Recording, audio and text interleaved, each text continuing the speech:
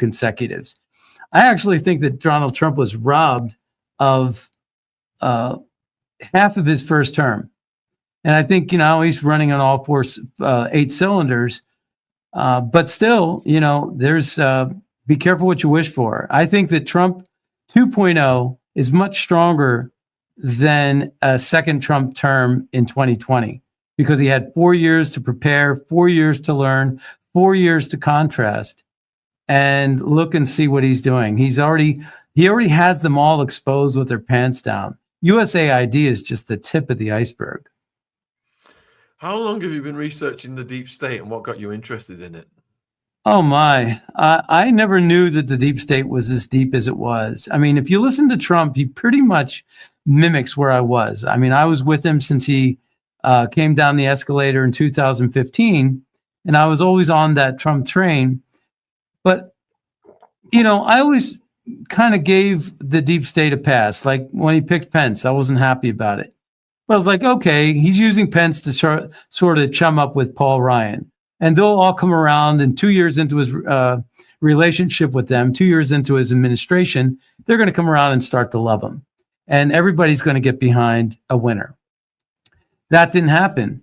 And Kirstjen Nielsen, who was the Homeland Security Secretary at the time, she pretty much allowed the election rigging of 2018 to allow the House to win over the Democrats to win over the House. And I don't know if you can recall, but there was a lot of late elections, like weeks later, a lot of red states flipped to blue. And that's when it really, you saw the rigging. And then 2020 was no exception. I mean, I think 2020 was a rigged election. And, you just look at the 15 million votes that were missing in 2024, do the math. I mean, it doesn't work like that. No one was voting for Joe Biden. But the fact is that he was hiding under his desk, just like Kamala. I mean, Kamala had the media in her pocket. She had $2 billion given to her, and she basically couldn't even do an interview. She could barely speak. Same thing was true with Hillary. Same thing was true with Joe Biden. Same thing was true with Kamala. And you wonder, how are these people setting records getting 81 million votes? It's just not possible. And so, it was, but God works in mysterious ways. And what has happened now is we have a bigger, better, stronger, more popular, well-loved Trump. And that is a force to be reckoned with. He has more power today than he ever could have dreamed of having. And it's because of all the sinister plots, all the non-believable things, whether it's trans storytelling in our schools, whether it's this Green New Deal of cracking down on our oil and energy and forcing choices down our throats like electric vehicles, but a lot of other things that are happening. Well, whether it's open borders, I mean, a lot of these things we're just not buying anymore. And we've seen inflation happen. We knew that the COVID mandates were going to result in all kinds of economic problems and psychological problems. And now time has passed. We see all the travesty, all the predictions that we made previewing all of this stuff has already happened. So now people are getting behind Trump, and he's doing some very, very remarkable things. You take the last week, for example. His theme is what? America First, right? And what does he do? He goes to the Super Bowl, which is a uniquely American sport. And the American football is a uniquely American sport. And then NASCAR, that comes from bootlegging, dirt track racing. That's where it got its origins. That's a uniquely American sport, as uniquely American as jazz and Delta blues. And so he has embraced the biggest events that we have. And so when you take a look at what he has embraced with the people, he's not running for another election right now because he's not entitled to a third term just yet. But the thing is that he's acting like, he's campaigning because he loves America. He loves the American people. He loves the middle class, something that's been fleeced and robbed by not only the globalists in Europe, but the liberals and the rhinos and the deep staters and the warmongers and the military-industrial complex and BlackRock lovers here in America. Well said, man. Well said. Especially the end about the BlackRock lovers. For people who are not familiar, we've got viewers all over the world. What is USAID? Well, USAID is, the acronym escapes me, but it's international. It's international development is what the AID stands for. The ID. Are you with us? I think you froze up. Okay, so it's international development, and it's the United States International Development Program. It's run out of the State Department. The CIA, the Central Intelligence Agency, is also run out of the State Department. And so the State Department has foreign services. They use CIA as an enforcement arm and almost like a mercenary group, and spies and enforcement. But then USAID is basically an extortion arm. They use money to get what they want. And they spend money in all kinds of ways. A lot of these frivolous programs that you're hearing rattled off, like, condoms in Mozambique and things like that, are just they sound insanely ridiculous. Really what they are is a bribe payment. They're just, when you put a label on it, you're putting a label on it, but it's really some tribal warlord that's getting paid $50 million to do what you want them to do, influence a whole bunch of people. I mean, that's in essence what they're doing. And the same thing is true with cartels and a lot of there's a lot of money changing hands. I mean, just last week, Lee Zeldin came clean and said EPA alone had $20 billion that was released. They found it in the bank account somewhere, and it didn't get released. They found it. It got released. It was in a bank account. It was destined to go to 8 different nonprofit groups, and those nonprofit groups, their sole mission was to push Black Lives Matter, to push DEI, to push ESG, to push a whole bunch of liberal agenda items, and to influence politicians and grease their palms and get them to run for office and try to get them elected. Not much different than what Soros did. Soros went to these low-level elections like DAs, district attorneys, and in liberal cities. They pushed a radical agenda. They flooded it with money. And by a lot of money in a small election, it wouldn't be $1 million. That's chump change. But he was getting paid by USAID. So was Bill Gates getting paid by USAID. And what they would do is they would distribute the USAID money or the EPA money or the Department of Education money or you name it, department agency money. And they would be the middleman. They would be the managers of a fund, and they would distribute the money to people that they trusted, people that they knew. And these people would get rich and do the dirty deeds down line, almost like a multi-level marketing scheme where the money is trickling down line.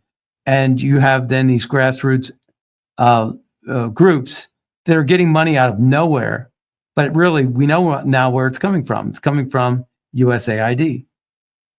So let me get this straight then. You got Bill Gates, one of the richest men in the world. He was getting money from USAID? Yes. Yeah, he was partnered. He's on video just recently, partnered with USAID, a big partner. He was also partnered with WHO, but WHO was getting money from USAID. And it's the same business model. Soros has been doing the same business model for the longest time. And so he would handle the money. He would know the right people to give the money to and carry out the dirty deeds. Well, it's no different than like Sam Bankman-Fried and FTX. If you look up an article, CoinDesk wrote an article, the Ukrainian National Bank, Sam Bankman-Fried, FTX, and you'll see a story where they were in line together. And so all digital donations going to Ukraine on behalf of Ukraine actually went to Sam Bankman-Fried's pocket. He was the second biggest donor to Democrats. Second to who? George Soros. Why does George Soros, a philanthropist, keep getting richer when he's giving his money away? Is he really giving his money away if he's getting richer?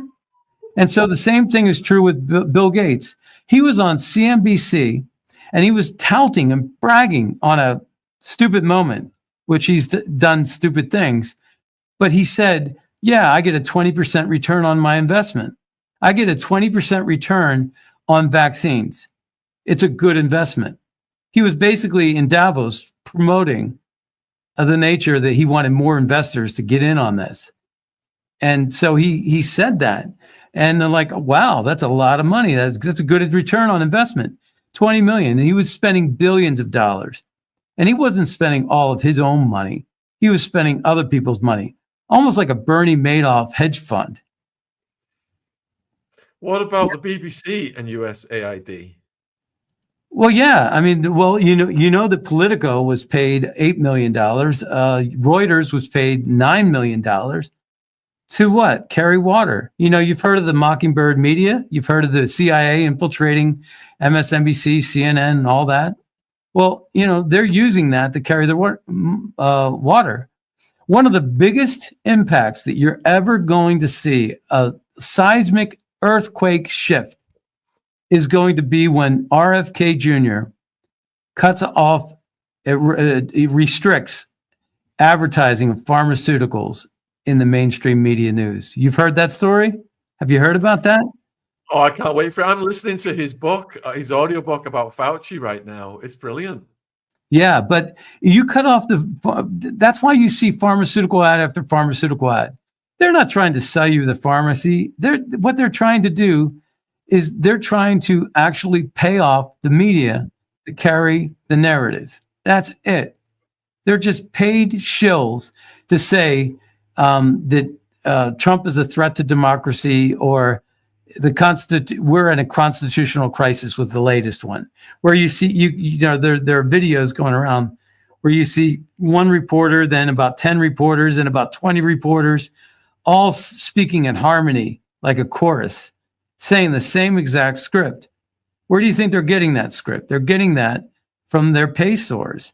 And keep in mind that BlackRock is really at the center of all of this. That's why BlackRock always gets a big, huge building on the hill at Davos every year, because they're basically there to collude with the leaders of, say, the EU and all the globalists and all the socialists, because globalists and socialists are really one and the same. And they're all there to try to groom the next set of young globalist leaders, like Justin Trudeau was once upon a time, or Rutte was, like Keir Starmer, or like Emmanuel Macron. I mean, all of these people that are trying to actually put a dent into the peace negotiations by sanctioning Russia right now, when they know that that's overstepping what the United States and Russia in Riyadh are trying to do, right? You know, that's just like obvious that you're just stepping right in the middle of a peace agreement. Not much different than what Boris Johnson did to the Minsk II agreement. He poo-pooed that thing. Trump is right. They could have avoided that Ukrainian war with ease in the very beginning. It never had to start. A deal could have been made. But, you know, you just heard Zelensky say, well, they wrote up $177 billion, but we've only seen less than $100 billion of that. It's like wherever the rest of that money is, that's where the corruption is. I don't know where it is. You've heard that, right? You've heard him say that, right? The $177 billion missing $1 billion. Have you heard that? This is a guy who's paying himself over $10 million a month as well, isn't he? Well, yeah. In every video that he has, he's he's fiddling with his nose. He's like this, like he's like high on coke. I mean, a lot of people have said he has a coke problem. I don't know, but the thing is that he's just a clown. Kolomoisky is his handler. Kolomoisky's an oligarch, and they were connected with Burisma. Burisma was paying off Hunter Biden, and you've all heard the tape of Joe Biden, basically putting a squash on Victor Shokin, so that you have to. I'm not going to give you the $1 billion if you don't fire Victor Shokin. But Kolomoisky was one of the guys at the center of it, and that was when Poroshenko was in office. And then Zelensky won. But Zelensky hasn't had an election since he was in power. So what kind of democracy are you trying to save when you're trying to save a corrupt slush fund like Ukraine has become? So one of the most staggering things for me, like I said at the beginning, listening to your shows, was all of these celebrities they paid to go to Ukraine to pump up the war. Could you break that down for my viewers, please? Yeah, we like Sean Penn. All these people that are going over to Ukraine, they don't even know what they're talking about. Even the Andreas, the restaurant guy, he was there. The guy that tried to shoot Trump on the golf course, this Trump assassination 2.0, that guy was in Ukraine. But there was a lot of celebrities that were getting paid to help increase awareness, increase support for the war. Why? Because it's like anything else. You put a beautiful maitre d' into the front of a restaurant to get people to come in, right? Or you have a really great sales pitch and you make the sale. I mean, that's what they're doing. They're basically using celebrities to sell something that they can't sell on their own because it's nonsense. And the thing is that there's censorship surrounding all of this. And that's why I thought J.D. Vance's speech in Munich was super important because, what are you actually saving? You're not acting like a democracy yourself. In fact, in a lot of ways, if you think about a variety of policies, whether it's border or a whole bunch of other issues that the liberals love to surround themselves with, you compare that to what Russia's doing right now, and Russia's actually acting more like a capitalist, free state than the UK is right now, or Germany is right now. There's video after video of people getting arrested for something they said online. And that's what J.D. Vance was pointing out. It's just ridiculous. Nobody wants open borders. Nobody wants to be told that they have to buy an electric vehicle. Nobody wants to freeze to death. Nobody wants to not run the AC in the summer. I mean, these are all things that people don't want. And you look at all the waste, fraud, and abuse, and it's just atrocious. But yeah, these celebrities are getting paid. But it's also kind of interesting that when you look at Kamala Harris's campaign, she was paying Beyonce and she was paying all these different people millions of dollars. Oprah, paying these people millions of dollars to say and do and not even sing. And Trump wasn't doing any of that. She outspent Trump like 4-1. And they're saying Trump is the one with all with Elon Musk. But they were the ones that had the big tech in their pockets at one point in time. But they burned all their bridges. And so, they were using celebrities. They used it with Hillary. They used it with Obama. They used it with Kamala. That's all the left ever does is they use celebrities. They think that works somehow. And so they chose the exact same path when promoting Ukraine, which was basically their money laundering slush fund. Wow. So you've got tons of questions that have come in. So I'll start putting some of these to you. Agent Orange, isn't USAID a form of investment to help other countries and will return a future interest basis, airport access, seaports, airspace access, and not to mention disease control? Yes. Was that the original intent, but it got co-opted?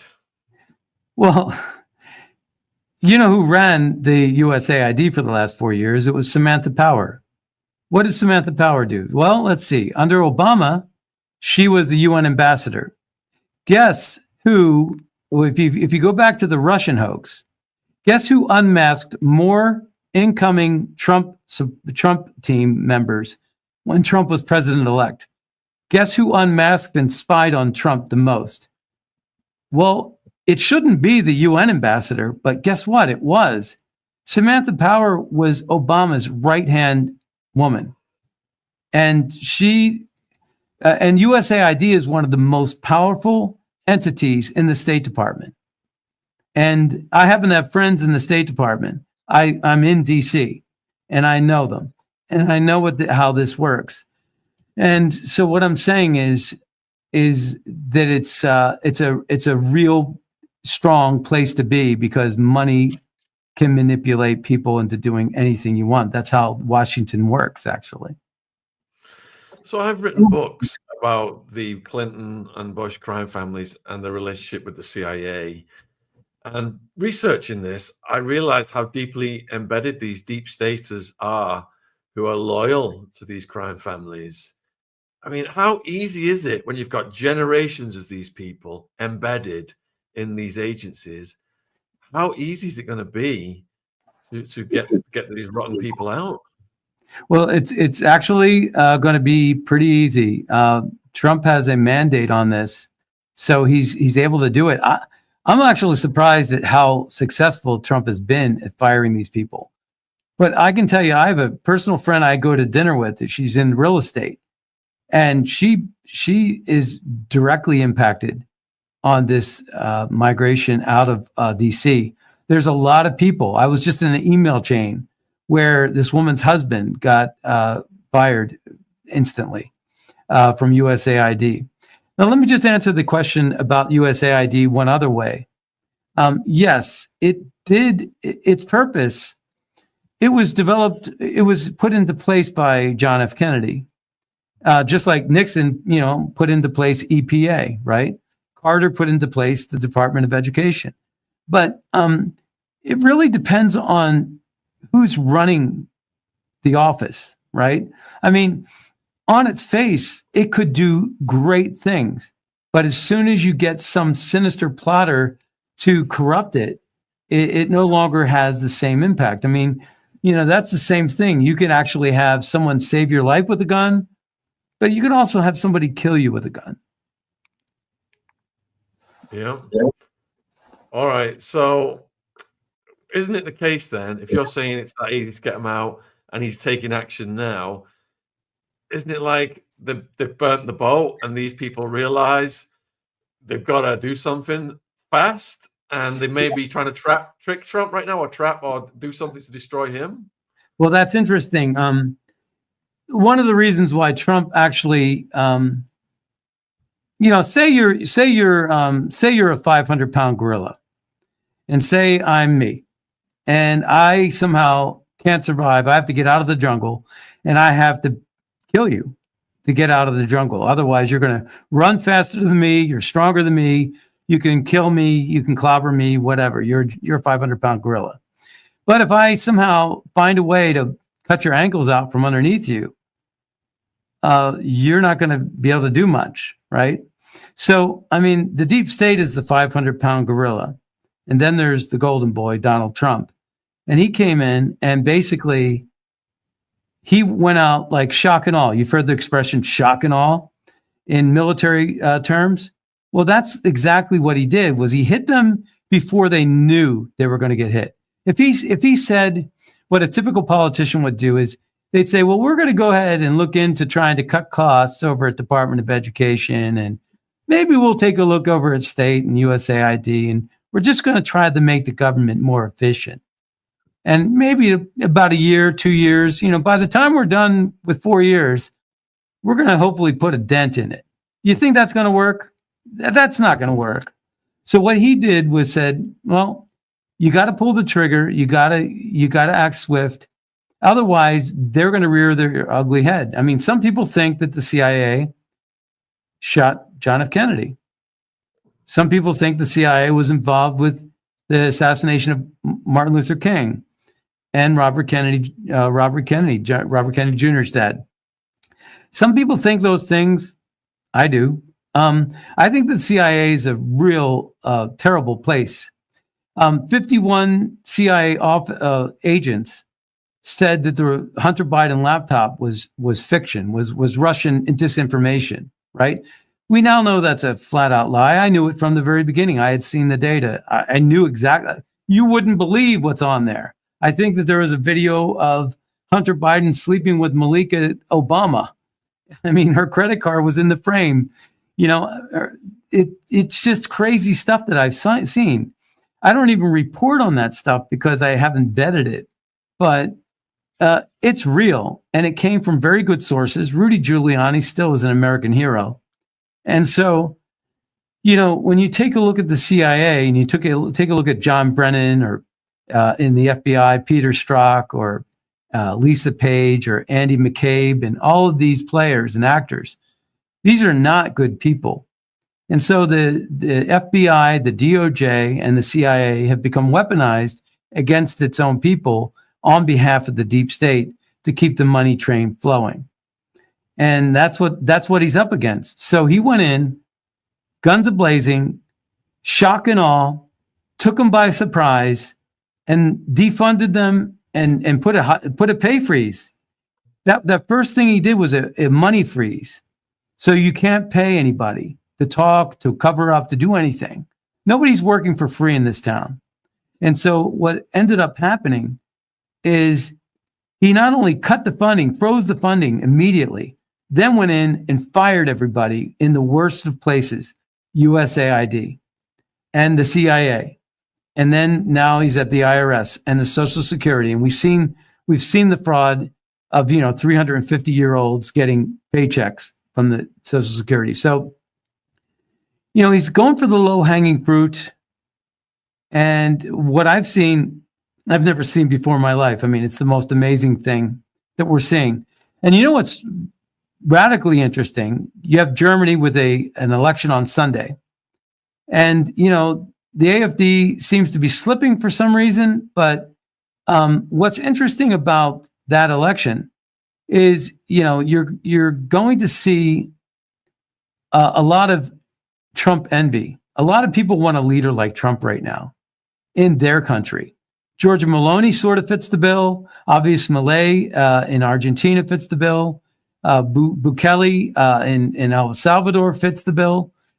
But there's still not enough, And so you have this election. What I fear about the German election is that it's probably going to go the way of UK, where the Reform Party in the UK, the Reform Party, Nigel Farage's party, was basically a party that had a good year, but it split with the Tories, and it allowed the Labour Party to go right up the middle. And the same thing might be true in Germany. That jungle election might actually be a problem and allow a radical left to gain more power than they should have, despite the successes of the recent successes of AfD. So people are asking about investigating USAID. Why do you think he chose Elon? And what's the mechanics of investigating USAID? Well, Elon is not an employee of DOGE.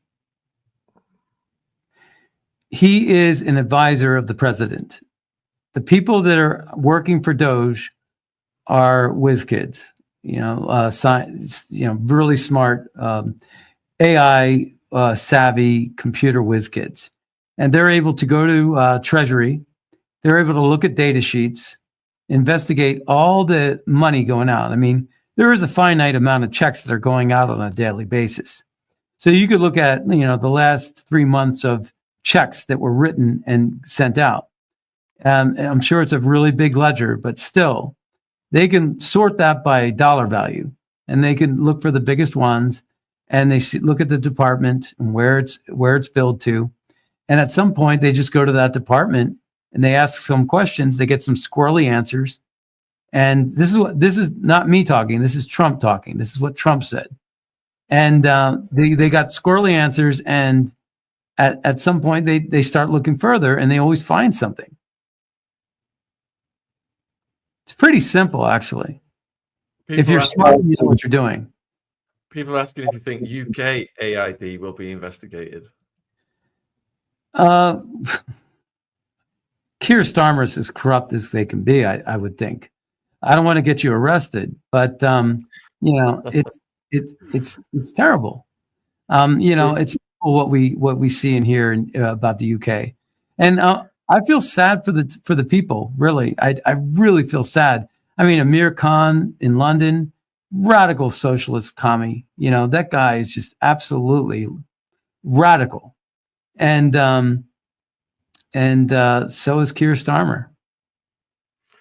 Yeah, I moved away from London a year ago, and also we hopefully have a lady on next week who was arrested for a tweet. So we'll get her story. Anyway, if you've just tuned in, viewers, we've got almost 1,000 people watching live presently.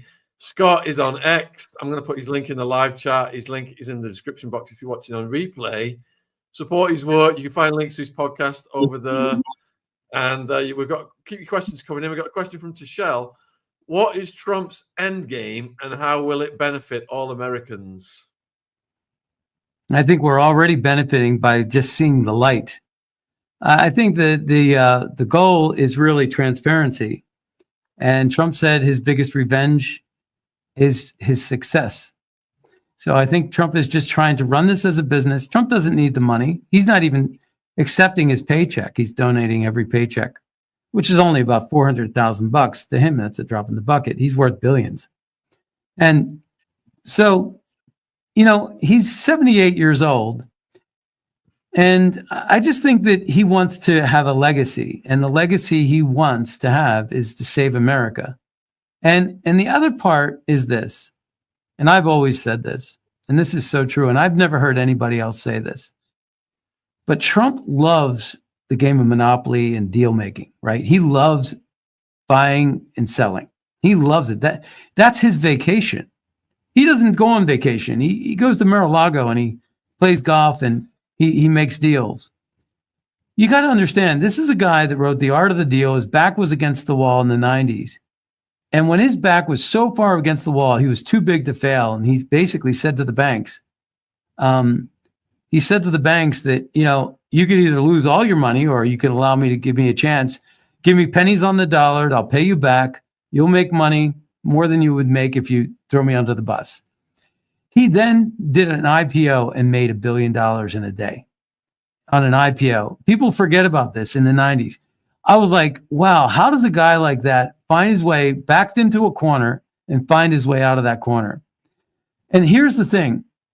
He's used to dealing with people that were just as powerful as him in a city like Manhattan, New York City, that basically was corrupt, required a lot of pay kickbacks and things like that.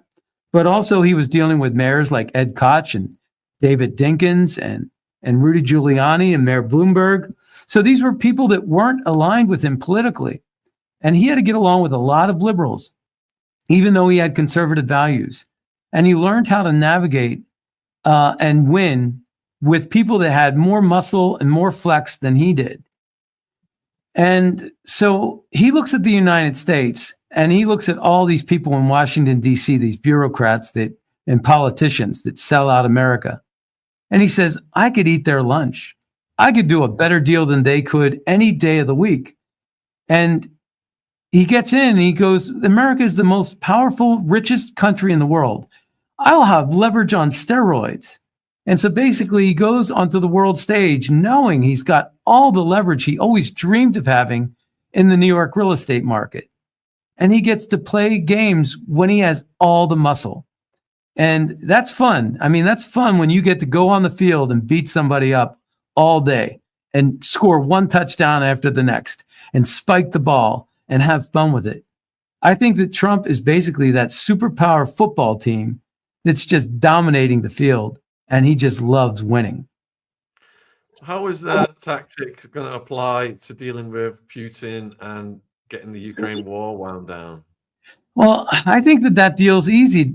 It's a very easy deal. I mean, he's been saying since 2016 that he was thinking about maybe bringing Russia back into the G7 and making it a G8. And why not? I mean, wouldn't that be better than pushing them to China and making BRICS stronger and threatening the dollar as a standard? Wouldn't it? I mean, come on, think about it. Sometimes you want to keep your enemies closer. And not only that, but we're not far different than Russia when it comes to Christian values and when it comes to a lot of the traditional values that with regard to, a lot of the woke agenda. Putin's not a big fan of woke. Right? Putin's not a big fan of open borders. Putin's not a big fan of a lot of these things. And so, in oil and liquid natural gas are his two biggest exports. So, I mean, when you think about it, and it's like, well, that wouldn't be a bad idea. Why do the globalists not want him in? Because he's a lot more conservative than they are. Putin is a much more conservative thinker than they are. They don't like conservatism, so they hate Putin. The other part is, so bring them in. You know, the deal that's going to be made, you mark my words, it's going to be desanctioning Russia. It's going to be giving Russia some land. It's going to make sure that Ukraine, which is a cesspool of corruption and a pile of rubble at this point, should never, ever see the front door of NATO. NATO has themselves to blame for overly expanding and being overly aggressive on Russia's doorstep. David Sachs said that. I didn't say that, but I agree with them. So you know David Sachs, right? I mean, he's a really bright mind. And a lot of other people have said that too. John Morsheimer said it. A lot of great thinkers have said that. So I'm not alone when I say that. But I think that the deal is ultimately going to be that they're going to keep Crimea. They're going to keep parts of Donbass. They're going to be desanctioned. They're going to probably be allowed to expand their oil. They're probably because that also, there's an Iran element to this too. Iran is selling over 100 million barrels of oil. What we want them to have is no more than 100,000 barrels of oil a day, I think it is. So we want to weaken Iran until they come straight and say we're not going to have a nuclear weapon. Once they do that, we might bring them into a new consortium. I mean, if the EU keeps playing around with Trump, the EU's going to pay the price. The EU Trump could very well tariff EU, get out of NATO, and start its own alliance to compete with BRICS and G7. And it might include Russia and Iran and China, the biggest traders in the world right now for various things. And it could be that the EU is the adversary and Russia is the ally. Wouldn't that be strange? Now, I'm not predicting that, but I'm saying it's possible if the EU keeps on going farther and farther to the left, I could actually see something like that happening.